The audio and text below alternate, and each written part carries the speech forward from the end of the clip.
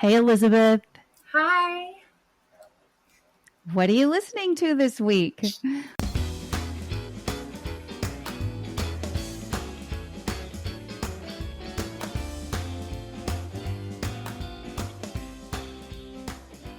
Welcome to season 3 of What Are You Listening To? The weekly podcast created to foster community through music by sharing the stories behind the songs that soundtrack our lives. Some of the songs are old, some are new, all good. I'm Jenn Tully, and this week we are traversing the sometimes long and bumpy road to redemption. I'm joined by Elizabeth Mikotowicz. Elizabeth is an artist, fashion designer, author, and convicted felon. Just 5 short years ago, Elizabeth was painting murals as a federal inmate. Today, she's dedicated to sharing her story in hopes of helping others who are seeking a path to healing. We'll learn more about Elizabeth, the journey that got her here, and the songs that literally saved her and other inmates on her darkest days in solitary. Please join us as we discuss 4 songs that in one way or another at different times throughout life have played on repeat while we search for and navigate the road to redemption. With that, let's get started on our path towards redemption. Elizabeth, what are you listening to this week? Well, Devil Don't Cry by King 810 and Masterpiece by Motionless in White. I feel like, before we jump into actually digging into these songs and kind of the meaning behind them, I would love it if you could just tell me and the listeners a little bit about yourself. Like, how did a woman with all of these things going that we just listed in the intro find herself in a federal prison not even, 6 years ago? Well, I was in a very violent relationship in my early 20s, and he assaulted me to the point my skull was showing, and the brain damage was so bad I'd get seizures. And I found out I was pregnant that day. They pumped me full of opioids and then sent me to the pain clinic. And I tried to refuse, and I was like, I don't want this stuff. I'm pregnant, all that. They told me I was on too small of a dose to get addicted. And, that because my blood pressure kept rocketing, it was endangering my baby. And, the fact that I was having seizures. So they threatened me with child protective services. And, the abuse got worse and everything got worse. Well, eventually I went to the battered women's shelter and they turned me away. They said my injuries were too extensive. My situation was too dangerous, and it put the other women in the shelter in danger. So, drug dealers protected me after that. Like, I had exhausted all of these other options, and, there was no help out there. And, one thing led to another, and I finally caught drug charges in 2011. And, then the feds picked it up in 2013. I literally went to jail for the same drugs and the same bus twice. Wow. I ask you to share that just because I think that one of the most compelling things about your story is how it really could happen to anyone, right? You found yourself in an incredibly abusive relationship where you sustained horrible injuries. The medical society that we're taught to trust, that, took a Hippocratic oath to protect us as individuals, put you on a path towards this pain medication that we now know led to not just you, but hundreds of thousands of people being addicted and having nowhere to turn. And like you said, the drug dealers, the people on the street, the other people that had suffered perhaps similar situations as you ended up being your family, your protectors when the traditional safety nets that we're taught are there for us didn't work out. And so again, I really appreciate you sharing that because I think that's such a compelling part of your story that it really could, that the story could easily be me. It could be my neighbor. It could be your neighbor. Like anybody is susceptible to this sort of thing. It's not like, oh, this is a really one-off kind of instance, and I think as you shared sections of your book with me, and as you and I spoke, it really became abundantly clear to me that this is, I don't want to say it's the rule, not the exception, but I don't think I can even go so far as to say it's the exception, right? After having chatted with you. Well, so no, yeah, 70% of women, before that are in American prisons have some sort of domestic violence or sexual assault before they even go to prison. Like, we are the women that slip through the cracks, and, our backs were against the wall. And, if people's basic needs were met, there wouldn't be such a high crime rate in this country. I agree. And sense of community and belonging. I think that's also something that people long for. And again, another kind of true north of the show is that's a hope of mine, that this offers community, whether it's through music or song or shared story or similar experiences, whatever. That's the hope, is that people are able to find their community, whatever that looks like. And today we're digging into some pretty deep songs. We've got some that are hardcore, some that I'd never heard of, and we've got some that I'm super happy to chat about. A song in particular that I've been dying to bring to the show and never had the right opportunity. But I'm really excited to get into your picks and sort of the story behind them. So please, if you don't mind, again, tell me about your first pick, if you could introduce the song and the artist. Yeah, King 810, Devil Don't Cry. I was on probation when I first heard them, and I just fell right in love with their music. And when I went back on probation, I would sing Devil Don't Cry in solitary, and the other inmates, I would wake up to the other inmates screaming through the vents, sing the Crying Devil song. And it was just, it turned into like a daily solo concert. Well, and this is an interesting song, right? This is King 8110 they're an American metal band from Flint, Michigan. And this song is it's dramatic, it's dark, it's performative, its delivery feels raw and honest. And one of the first things that I thought when I listened to it, this was a new band to me, it was a new song to me.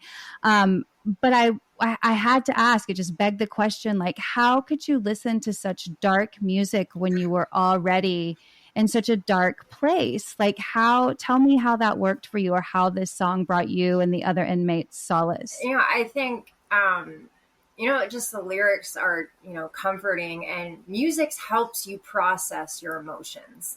So, I mean, yes, it might be sad, it might be dark, but, there's, light at the end of it. And, he wrote all of his songs, on his first album while he was in solitary, and he didn't have a pen, he didn't have a paper, he was just memorizing it. And, I thought that was so cool. And, and it was funny because 2 weeks before I went back to jail, for probation, I was wearing their Stop Snitching hoodie, and I was trying to dodge my PO, and the federal building was right by my old house. And I was like, oh, I have to go 20 minutes out of my way if I want to avoid the federal building. So I'm walking. So I'm quickly walking, and I'm they're not going to see me. They're not going to see me. And the two marshals that brought me to court, shackled up, come walking out. And there I am with these big, Stop Snitching, all over the front of my sweatshirt. Yeah, they were pissed, but it's just... It just adds to the story. Well, and I think too, this song, it's one of the notes that I made was that it's so theatrical too. It almost reminded me of a Meatloaf song, right? There's so much drama, and it builds, and then at 3 minutes and 30 seconds, it takes a dark turn, where the lyrics are being softly whispered in front of eerie music. It almost for me was a trailer from a horror film, which added to the layers of depth to the song. And I wondered too, as I was listening, and again, the lyrics, both songs, both of your picks, actually all 4 songs today are ones where I say go and check them out, with the lyrics on, or read the lyrics, because they are so powerful. And I wonder if the story of this song, did it allow you to escape at all? Did it make you homesick? Did it provide comfort?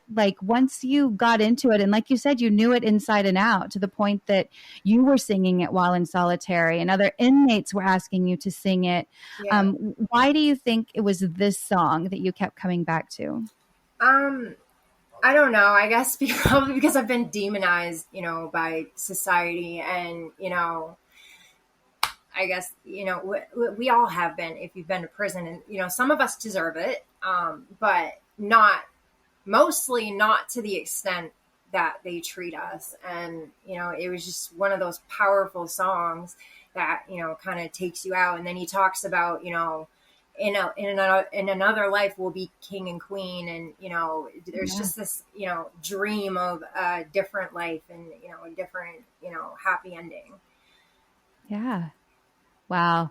I love that. Again, this was such a powerful song from a band that I'm happy to know now. And reading about them too is also interesting. Like, again, that's another thing that I love about this show, and being exposed to music that I've not heard before, and then music that I have heard before, but that I'm able to see in a different perspective or in a different light because of somebody else's experience with the song. So again, love this song. So glad the listeners are going to have a chance to hear it. And also equally interesting and powerful and worthy of an episode of its own almost is your second pick. I love this song so much. Please, again, introduce your second pick for us. I can't wait to talk about this one. Masterpiece by Motionless in White. And I went from painting murals as a federal inmate to having my own environmentally friendly brand and having art shows and all of that. And that song just kind of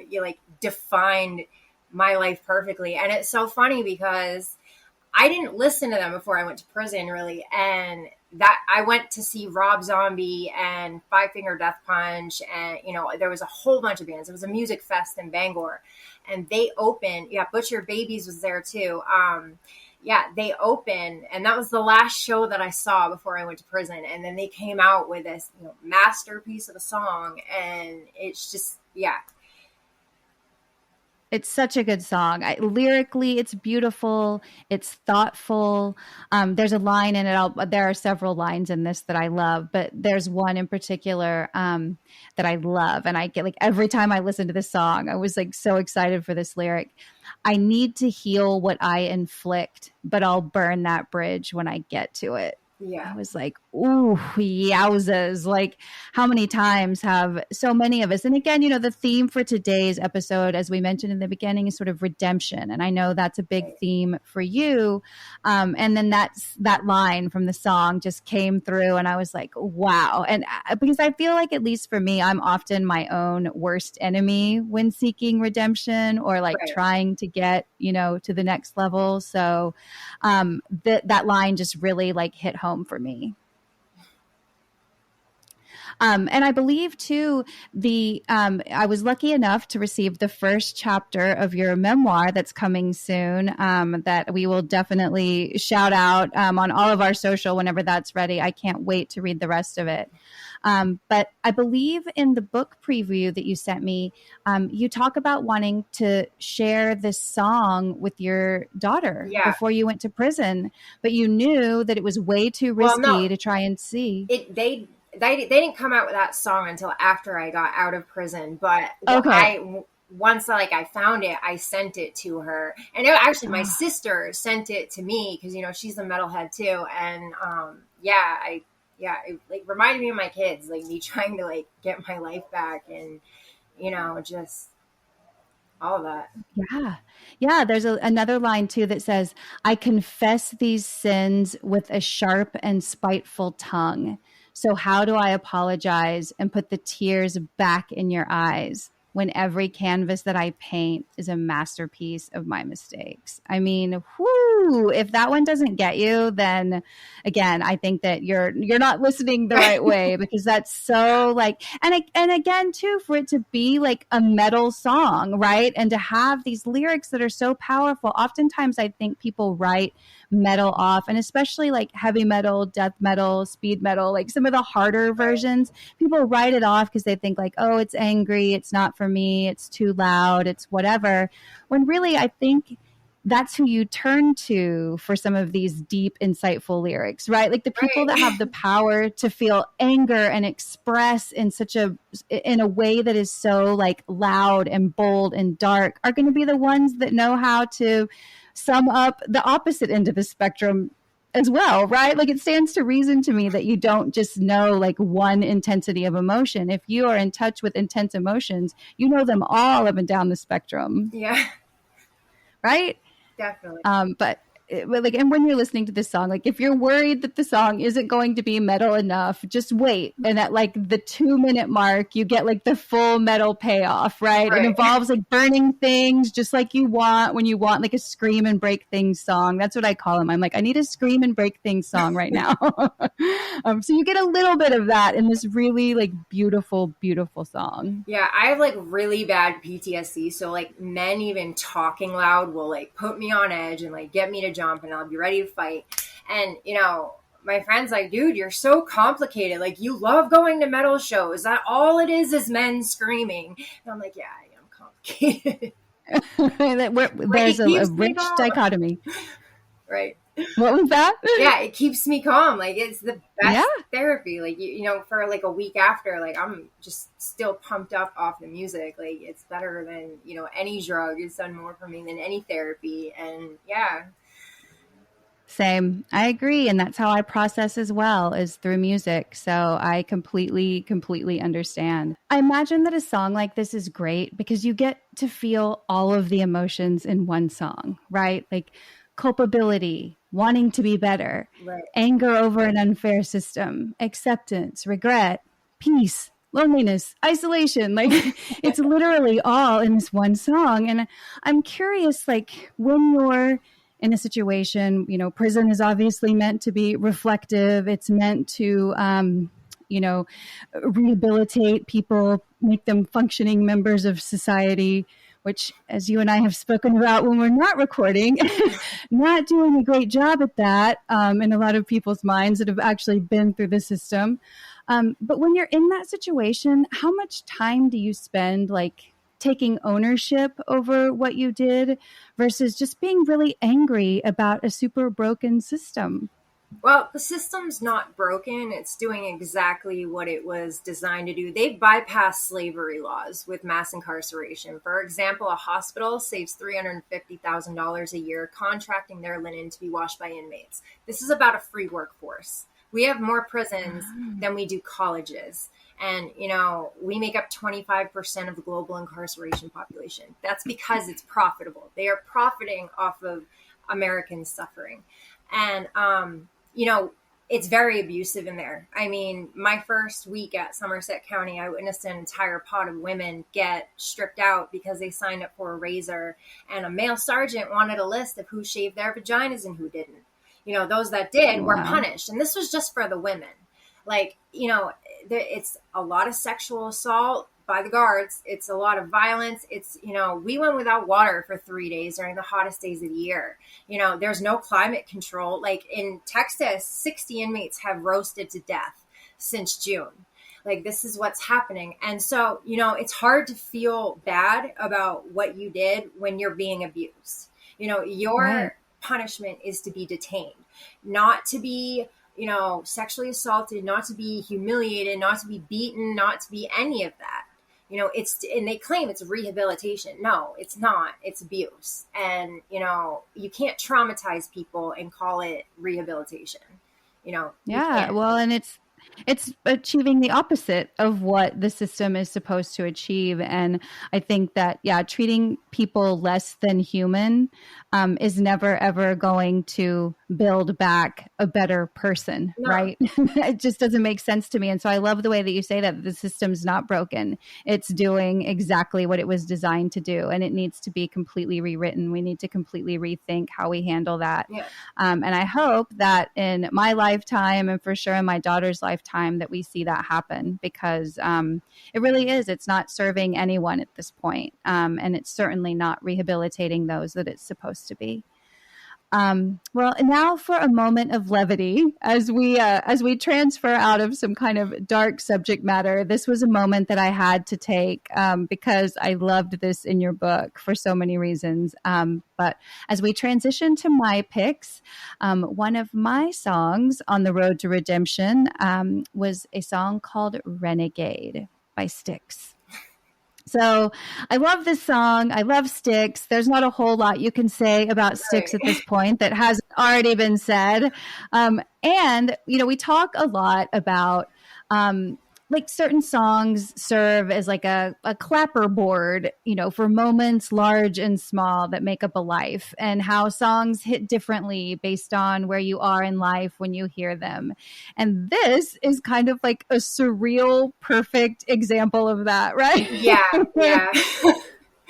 We all know this song. We all know how it starts. It's a cappella with like a very faint kick drum in the background that kind of simulates a heartbeat that says, "Oh, mama, I'm in fear for my life from the long arm of the law." Like, take it from here. Like, tell me about, I know you know this song. I often ask guests if they were familiar, but I chose this one because in your book, you talk about this moment where, like, strangely, like all summer you'd been listening to this song. You knew that there was going to be like a do or die moment when you had to talk to your mom and let her know what was going on. So yeah, like tell me, even though this is one of my picks, I chose it because of the book chapter that you sent me. So yes, please share from here. So my mom took me to my first concert in 8th grade, and it was Styx, REO Speedwagon, and Survivor. And like you said, I had found that song again. Like, when you forget about a song and then like you hear about it and you're like, yeah, I love this. Well, I'd been listening to it all summer, and then when Indictments dropped and me and my co-defendant were sitting there, this song literally came on the radio like right after we found the article, because like the marshals came and showed up looking for us, and we were like, dude, what? Like, we're not even doing anything anymore. And like then it hit the papers about, the drug raid and our 14 people in our case. And this song came on, and I looked at my co-defendant, I go, they wrote this song about us like way before we were born, but they wrote this song about us. And her and I just looked at each other and just started bawling, like nothing gangster about it. Like, not even gonna try and front that, because, when the feds are coming for you, like it's serious and it's scary. Right. Yeah, if you don't mind, I would love to kind of share an excerpt from the book. Is it okay if I read a little bit about this section?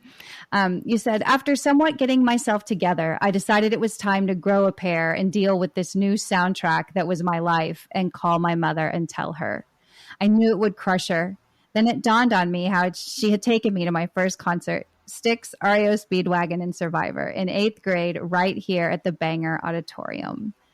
And I just feel like, wow, as a mom, as a daughter, I can only imagine like the pain and hope for redemption in a moment like this, right? How did your mom respond? Was she loving? They were really supportive, and they understood that these were not new charges. Like, I had already served a sentence for this.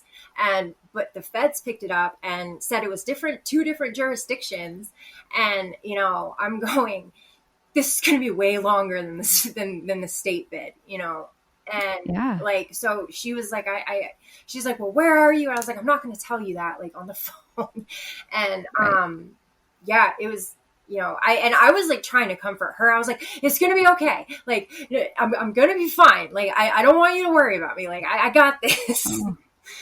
So, I mean, heartbreaking. It's just one of those moments, again, like so many in reading that chapter, where it just like literally like flip the script, right? Like what you think you know about a person, and then they drop a piece of information on you and you're like, oh, wait. And again, it goes back to the way we kind of subhumanize people that have a criminal record. Like, you're a daughter, you're a mom, you have all of these relationships just like the rest of us. And what does that mean for you to be pulled out of those people's lives and your own for a certain amount of time? I've had women in this country tell me, if you don't want to get raped by cops, then don't go to prison. That is the attitude. And, this rape culture and misogyny that is so bad in this country, like, that is what people think. Like, they literally think certain groups of women, it's okay to abuse them. And that's terrible. That's not, no woman deserves that. Like, and it's not what civilized societies do, right? Civilized societies value every person in that society. And so until we do that, I don't think we can call ourselves fully civilized, right? I mean, I don't think that's a bridge too far. I think it's basic, time's up. We'll leave that there, right? Time's up.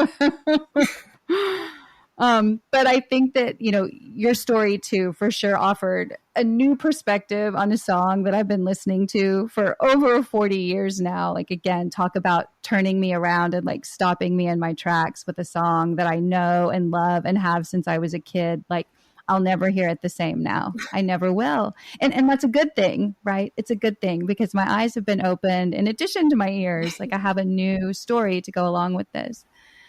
And then for my final pick, this is a song that I've wanted to include by a band I've wanted to include for a really long time. And this seemed like the perfect week once again because of your inspiration. This is a song called My Backwards Walk by Frightened Rabbit. So Frightened Rabbit's a Scottish band that I actually discovered through another podcast that was about this band and its frontman, a guy named Scott Hutchison. He had a lot of mental health struggles, but also made this like really deep, dark, moody, thoughtful, incredible music while he was alive with Frightened Rabbit. And Frightened Rabbit, I also learned, were also almost like a Nick Drake. Like, I remember in the 90s, like a lot of the bands that I loved were referencing this guy, Nick Drake. And he was sort of this unknown person that was responsible for influencing loads of my favorite bands. And after digging around a little bit, Frightened Rabbit is that way a lot for some of today's most popular artists, like Aaron Dresner of The National loves them. Julian Baker from her solo career and Boy Genius, loves Frightened Rabbit. So as I got into it a little bit, I loved like the aching in the lyrics and the mood of their music. And this song was an immediate standout for me. It's just like an anthem for like wanting a do-over or knowing you need to get out of a situation, but you just can't. It just does such a good job of stirring that emotion that it's actually a really hard song for me to listen to. That's why I was curious, for you, some of those songs that really like get into the soul are a harder listen than the fun ones. And then learning that, Rabbit was kind of the nickname of yours from the book. I was like, this is the time. This is when I have to include this song. Was this a song or a band that you knew? What did you think of the song? I liked it a lot. I had never heard of them before. But yeah, I know what you're talking about because Slipknot is like my all-time favorite band. And when I was in prison, I could not listen to Snuff. It would just destroy me on every level. Like I just couldn't do it. And, before I went to prison, I listened to that on repeat. But it was just too, it was too deep. And, I just couldn't go there in prison because, it's like holding up a dam. Like you crack that and it's all coming out. Like when you're bottling up emotions and, you're stuffing it down and, you're trying to be, tough and hard because you're in an environment where it's not safe for you to show your emotions like at all. So, right. I imagine vulnerability is not looked on as a skill set you want to bring to prison. No. Well, and I think too, that's why, like, again, it's kind of the rawness of a song like this. It starts out by saying, I'm working on my backwards walk, walking with no shoes or socks. And when the time rewinds to the end of May, I wish we'd never met, then met today. Right. And I'm like, if that doesn't like intrigue you to dig into the rest of the lyrics of the song, then like, I don't know what will, right? Like it just, I think that there's nobody that doesn't think or wish that they could go back and make a different choice in any given moment, right? Like that would solve all redemption issues if we could just go back. Like, do you ever think about that, or was that something that you thought about whenever you were in prison? Or like you were saying, like, is it such like it's just a struggle day to day to survive and get to the next day that you don't spend a lot of time thinking about what you would have done differently? You're thinking about, how am I going to make it through the next 12, 5, 2 hours? I mean, you get into a routine and you kind of like learn to block certain emotions out. But yeah, like before I got sentenced, I was like, I should have done this differently. I should have done that differently. You live in a lot of regret, and hindsight's 2020, and you literally have nothing but time to go over every single one of your mistakes. And, like I wouldn't trade a lot of it, because if I did, then I wouldn't have my son. And yeah, I wouldn't trade him for anything. And, without that happening to me, without being in that relationship, I wouldn't have him. So. Wow. Yeah.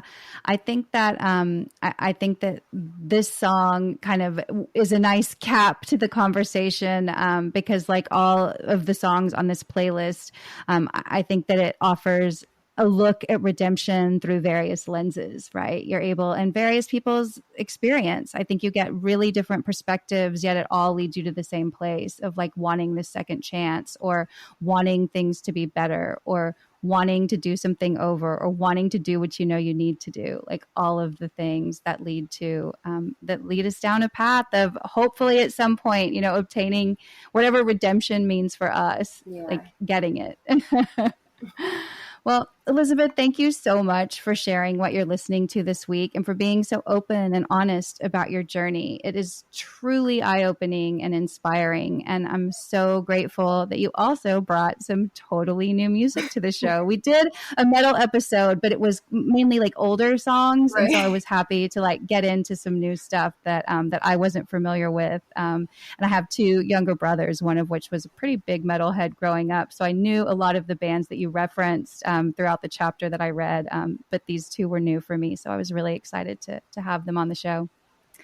For our listeners out there, to learn more about Elizabeth and her environmentally friendly clothing line, EPM, you can visit her website at legalerista.com, and that's Elizabeth Mikotowicz. So I will spell that out for you. Yeah, you have to put the added on like with my name at the end, because if you just put Legalerista in, it'll take you to their main website, and they have all kinds of artists like me that have, their own clothing line. So, after it's .com, it's /en/Elizabeth.Mikotowicz. So, but wait, I'm going to spell that out for everyone so that they have it. So it's www.LEGALERISTA/EN/ELIZABETOWICZ. That way. That was a lot of consonants that we just threw their way. Also, this season, we have a new way to connect with our listeners. You can call, text, or leave us a Google Voice message at 512-900-9169. There, you can share your thoughts, suggestions, and love. You may also be featured on an upcoming episode of the show. As always, please be sure to follow, download, and share this show. And if you love listening, please drop a review on Apple or Spotify for us. Last but not least, to stay informed on all things Super Awesome Mix and what are you listening to, be sure to follow us on Instagram at Super Awesome Mix. Thanks for listening, and please join me again next week to find your new favorite song.